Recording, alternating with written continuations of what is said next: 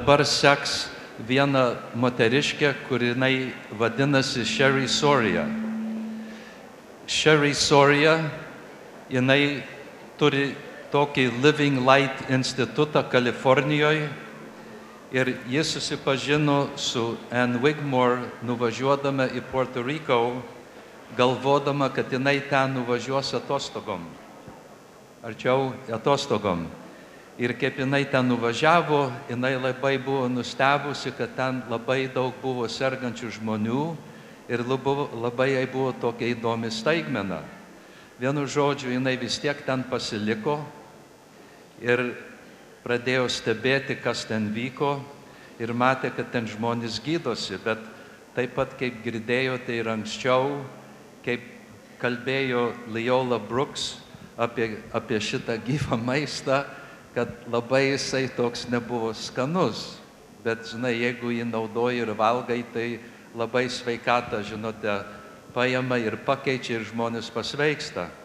Tai ji buvo kulinarė. Ir būdama kulinarė, jinai norėjo padaryti maistą skanų. Todėl, kad iš tikrųjų iš pagrindo, jeigu maistas yra skanus, tai tas žmonės biški taip greičiau prie jo prisiartina ir tuo pačiu gali sveikatą atgyti. Tai ji vakarais nueidavo į jų virtuvę Puerto Rico, kur Ann Wigmore lankydavosi, ir jinai pradėjo su Ann Wigmore ten, žinote, tai šefais, tie, kurie gamino maistą, ir pradėjo biški pakeitelioti. Ir tada visi pradėjo truputį valgyti ir labai buvo skanu. Bet tuo laiku ir Ann Wigmore ateidavo vakare pasižiūrėti, ką ten daro virtuviai. Žinot, kokią 11-12 valandą. Ir jinai stebėjo ir paskiau pamatė, kad, žinai, čia iš tikrųjų neblogas dalykas yra. Tai ją paliko ir ji toliau ten bandė rasti tą maistą, gaminti maistą, kuris yra skanus.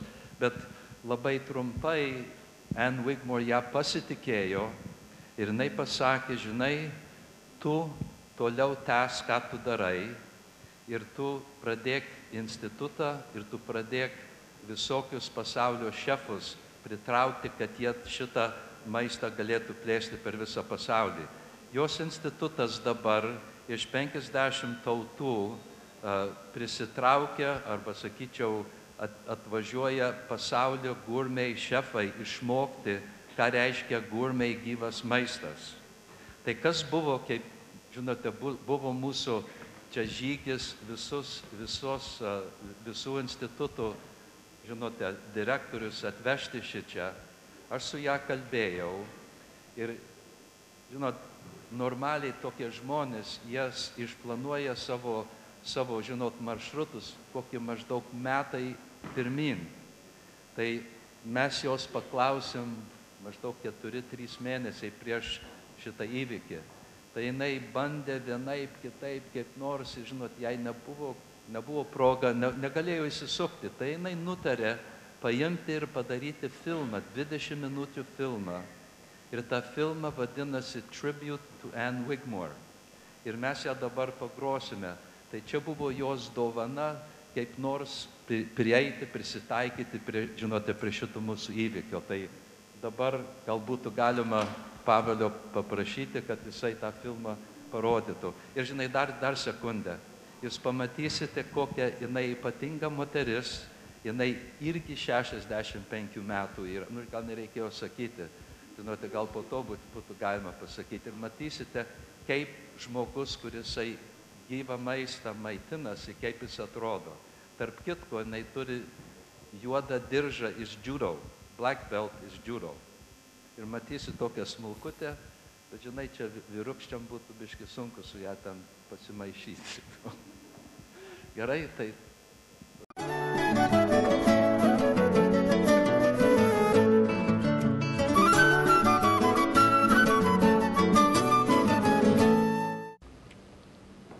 Hi, my name is Sherry Soria, and I'm the founder and director of Living Light Culinary Institute. Sveiki, aš esu Living Light instituto direktorė.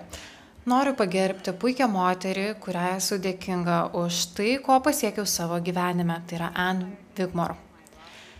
Ji mane įkvėpė ir leido man pradėti naują gyvenimą. Aš pradėjau gaminti įvairų gyvą maistą ir išleidau daugybę knygų. Taip pat įkūriau pirmąją kulinarinę gyvo maisto mokyklą. Ana Wigmore įkūrė bendriją, kuri bandė atkreipti pasaulio dėmesį į tai, jog būtina valgyti sveiką maistą ir neskriausti gyvūnų. Mano pačios kelionė prasidėjo 1991 metais. Aš jau 20 metų rengiau įvairias kulinarijos pamokas ir panašiai. Aš girdėjau, jog žmonės gali išsigydyti netgi AIDS ir vėžį, gerdami kviečių želmenų sultis ir vartodami kitą gyvą maistą. Man pasidarė įdomu, kaip kviečių želmenys gali padėti gydytis. Todėl nusprendžiau perskaityti Anos Wigmore knygą ir pasimokyti iš jos. Pradėjau nuo knygos Kam kentėti. Čia buvo pasakojama apie Anos ligas ir silpnybę. Ir iš tikrųjų galėjau iš jos pasimokyti, nes mane labai įkvėpė jos ryžtas. Ana dalyjosi savo patirtimi, viskuo, ką patyrė Lietuvoje vaikystėje, taip pat tuo, ką išmoko apie žoleles ir natūralius gydymo būdus Lietuvoje. Ji pasakojo apie žolelių kramtymą ir taip pat apie daigų naudą, ypač kalbėdama apie tai, kad reikėtų neskriausti ir gyvūnų. Taigi aš perskaičiau šią knygą, ją susidomėjau ir tada ėmiausi kitos Anos Wigmore knygos. Aš paskaičiau taip pat ir Viktoro Kulvinsko knygą Išgyvenimas 21 amžiuje. Prisimenu, kad Viktoras jau labai seniai kalbėjo apie žalią maistą, tačiau tuo metu man viskas atrodė pernelyg ekstremalu. Bet nusprendžiau, kad reikėtų pažvelgti visą tai iš naujo ir tuomet perskaičiau tą knygą. Aš sužinojau, kad Viktoras ir Ana įkūrė Hipokrato sveikatos institutą. Mane vis labiau domino daktarės Anos darbas, tada aš nusprendžiau paatostogauti šiame institute Puerto Rike. Aš net nenumaniau, kaip ta kelionė pakeis mano gyvenimą. Kai pirmą kartą atvykau į institutą, aš nusivyliau, nes sužinojau, kad Anos nebuvo ten. Ji turėjo dar vieną institutą, tad žinojau, kad bent jau savaitę jos ten nebus. Aš susipažinau su darbuotojais ir kitais svečiais ir sužinojau, kad kiti svečiai atvyko ten neatostogauti. Jie labai rimtai sirgo. Kai kurie buvo nešti ten neštuvų bei atvažiavo invalido vežimėliais. Mačiau vieną moterį, kurios visa oda buvo nubrozdinta. Taip pat mačiau žmogų, kurio vėžys buvo pasiekęs metastazę ir gydytojai pasakė, kad jau nieko nebegalima padaryti, tiesiog važiuoti namo ir laukti mirties. Aš atvykau ten ne todėl, kad nebuvau sveika. Tiesą sakant, maniau, kad esu tikrai nepaprastai sveika. Kai man suėjo maždaug 20 metų, aš tapau vegetare ir kai man buvo 45 metai, aš nebuvau sirgusi, mano fizinė būklė buvo puiki, visai priešingai negu buvo vaikystėje. Aš buvau labai atletiška, man patiko slidinėti, eiti į žygius, bėgioti ir taip toliau. Todėl iš tikrųjų nesitikėjau, kad su mano sveikata vyks kažkokių didžiulių pokyčių, būnant institute. Taip pat visai neketinau keisti savo mitybos įpročių. Tačiau, kai pažiūrėjau į kitus žmonės esančius ten, aš nusprendžiau daryti tai, ką jie, ir supratau, kad turiu vis daugiau energijos, kur kas daugiau energijos, negu galėjau įsivaizduoti. Be to, aš mačiau, kaip gyja kiti ten esantis žmonės. Būtent todėl aš pradėjau iš tikrųjų labai tikėti gyvo maisto gale. Dabar man yra 65 metai ir aš jaučiuosi labai jauna. Lygiai taip, kai tuo metu, kai man buvo 45. Iki atvykstant Anai, aš pamačiau stebuklingų išgijimų. Labai greitai jie imdavo geriau miegoti, taip pat nebesijausdavo tokie beviltiški. Tie žmonės tapdavo aktyvūs ir Būdavo tokių atvejų, kai žmonės negalėdavo net kelių žingsnelių žengti, o po kelių savaičių jie galėdavo patys nueiti iki paplūdimio. Visą tai atrodė nuostabu ir sunku buvo tuo patikėti. Per laiką aš supratau, kad svarbu ne tik tai, ką valgome ar ko nevalgome, bet ir tai, jog mes esame labai nuostabioje aplinkoje, kur yra daugybė tave remiančių žmonių. Maistas be abejo buvo svarbus, tačiau tame institute buvo kur kas daugiau visko. Ten buvo daugybė meilės. Institute buvo siūlomas paprastas maistas, tarkime, energetinė sriuba. Tai yra fermentuotas žalias gėrimas ir iš pat pradžių man jis atrodė siaubingas, tačiau po kelių dienų ėmiau jį mėgti. Taip pat buvo siūloma įvairių daigų, tiek saulėgrįžų, tiek kviečių. Taip pat sėklų daigų. Kartais valgydavome vaisių, tokių kaip mangai ar obuoliai, kad gautume šiek tiek saldumo ir valgydavome džiovintus produktus. Tačiau mes nevalgėme tokio maisto kaip česnakai, svogūnai ar garstyčios. Pasak daktarės Anos, buvo labai svarbu, kad žmonės išmoktų gyventi ir negyventi vien dėl to, kad valgytų. Taigi žmonės rinkosi tokį maistą, kuris būtų sveikas. Kelis kartus per dieną mes gerdavome energetinę sriubą ir gerdavome bei naudodavome kviečių želmenų sultis. Mes kalbėdavome apie tai, ką dedame į burną ir kas iš mūsų išeina. Nebuvo jokios gėdos. Kalbėdavome apie viską. Kartą mes valgėme daigų salotas ir tais ypatingais atvejais, kai mes valgydavome salotas, mes turėdavome sėdėti ir medituoti, kai kramtydavome tas salotas. O tai iš tikrųjų padėdavo atverti akis. Aš visai nesupratau, kiek reikia suvalgyti maisto, kad gaučiau tų reikiamų baltymų. Tas maistas buvo skirtas tam, kad mes pasveiktume. Valgydami daigus bei gerdami kviečių želmenų sultis mes supratome, kad reikia vartoti tuos baltymus, kurie yra būtini ir atsisakyti to, ko mums nereikia tam, kad išvengtume įvairių pavojingų ligų arba jas išsigydytume. Aš pastebėjau, jog į institutą pastoviai grįžta buvę lankytojai, buvę svečiai. Labai dažnai pajutę tuos pokyčius, jie grįždavo namo ir vėl pradėdavo valgyti taip, kaip įprasta.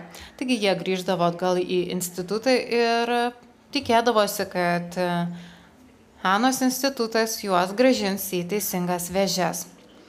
Buvo akivaizdu, kad kai žmonės grįždavo namo, jie nebesimaitindavo taip, kaip institute.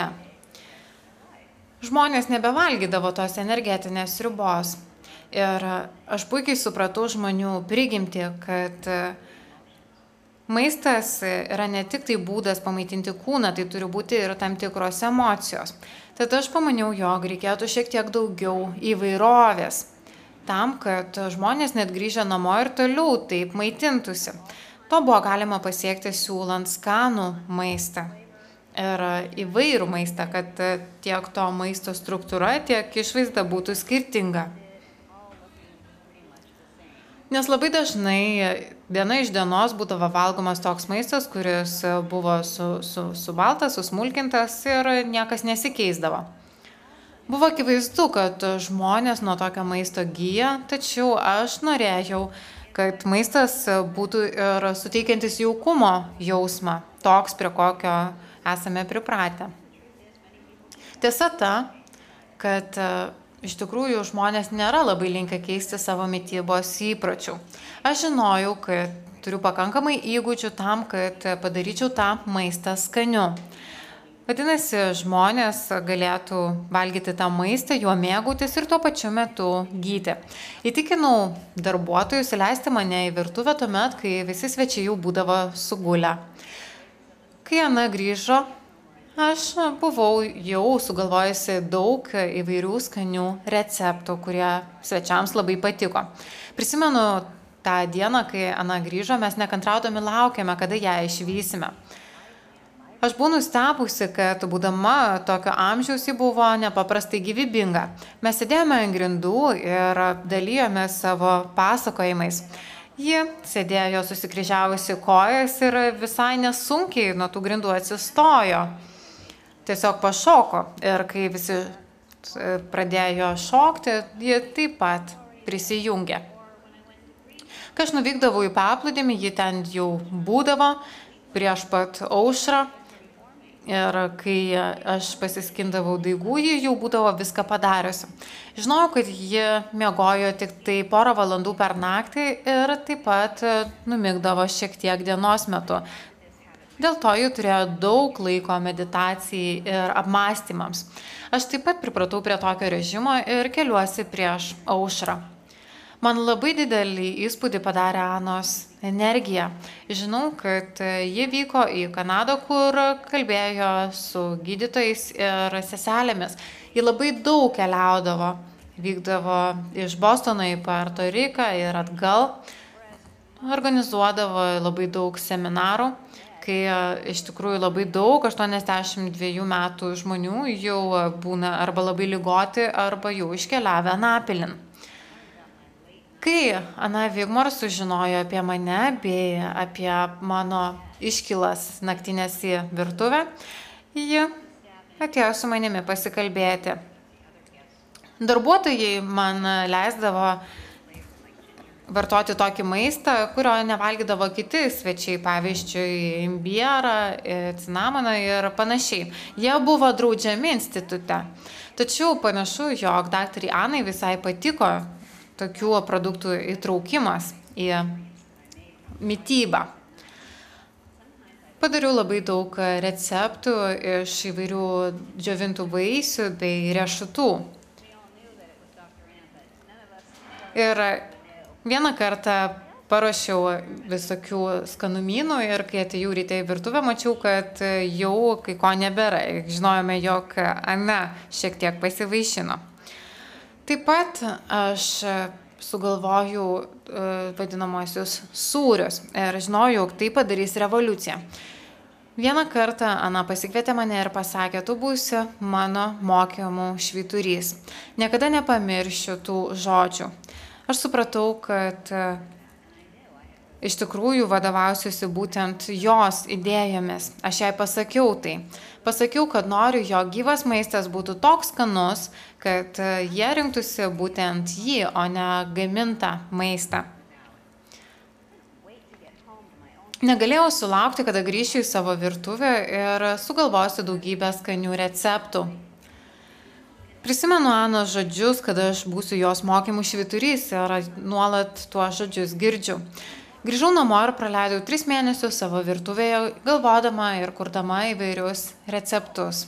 Mano tikslas buvo padaryti taip, kad tas maistas būtų malonus ir kūnui, ir dvasiai. Mano sugalvotas maistas buvo ir maistingas, ir sveikas, ir taip pat suteikiantis jaukumo jausmą.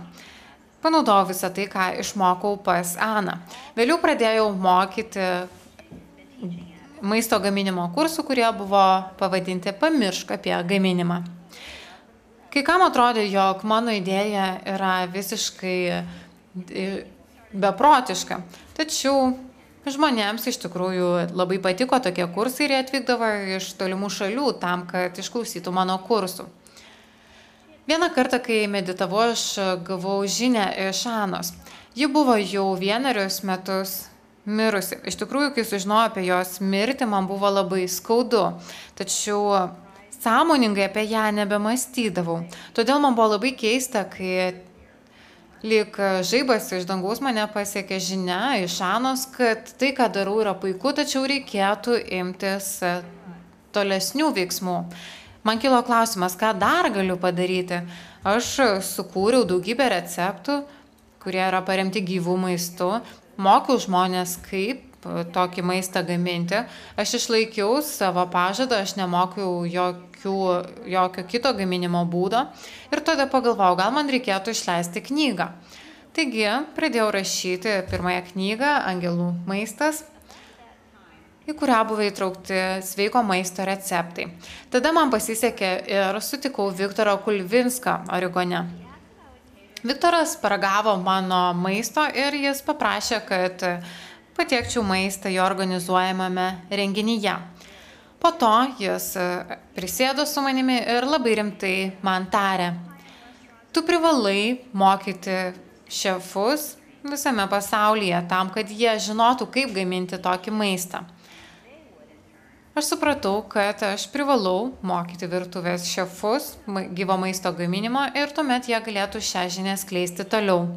Jau sakiau, kad gavau tą žinią iš Anos per savo meditaciją. Man kilo klausimas, ar visiems sakė, kad visi bus jos mokymų švyturiai. Tačiau sužinojau, jog iš tikrųjų ji tai sakė tik man.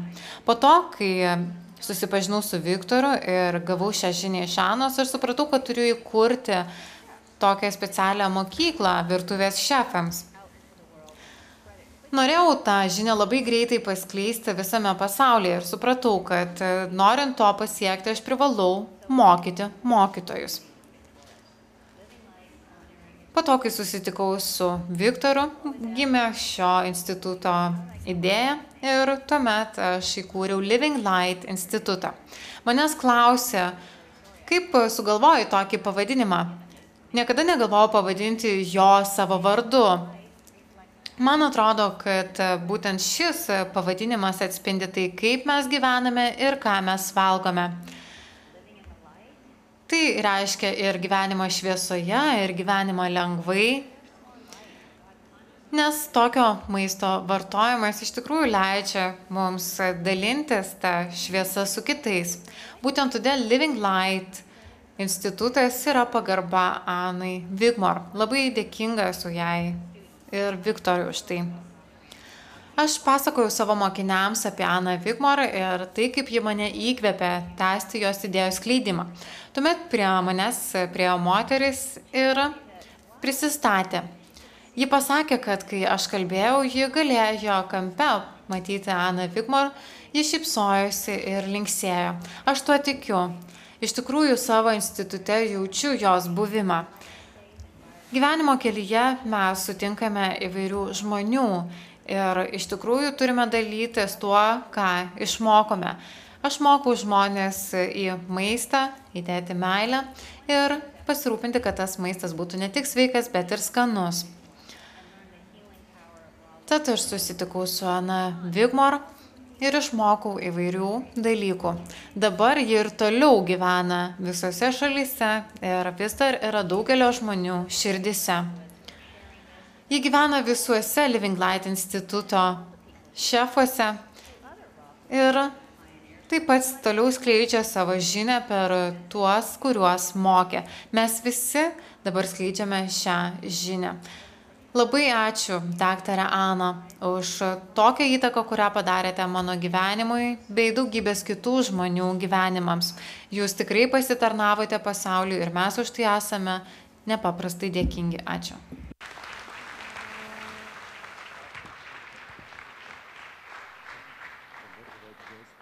Tai dabar girdėjote, žinot, ypatingą moteriškę, kur jinai įsteigė ypatingą mokyklą ir jinai mokina pačius geriausius šefus aplink pasaulį, žinote, šitą žinią plėsti kuo daugiau ir daugiau. Tai dar trumpai, kai buvo kalbos su ją, aš jai sakiau, žinai, jeigu tu šiais metais negali atvažiuoti, mes tik pradedam su pirmu suvažiavimu ir konferencija. Ir kitais metais vėl bus antra Ann Wigmore gyvo maisto konferencija. Ir, žinai, mes norim, kad prižadėtum atvažiuoti. Tai jinai jau prižadėjo tą daryti. Tai jinai čia atvažiuos ir, žinote, bus ir daugiau kitų, kur dar nesat matę. Ir, žinote, daugiau ir daugiau čia atvažiuos, daugiau, žinote, visus supažinti, su ką reiškia gyvas maistas, ypatingai tokiai formai, kur jinai yra pradėjusi gaudama įkvėpimą iš šiandien vaikų.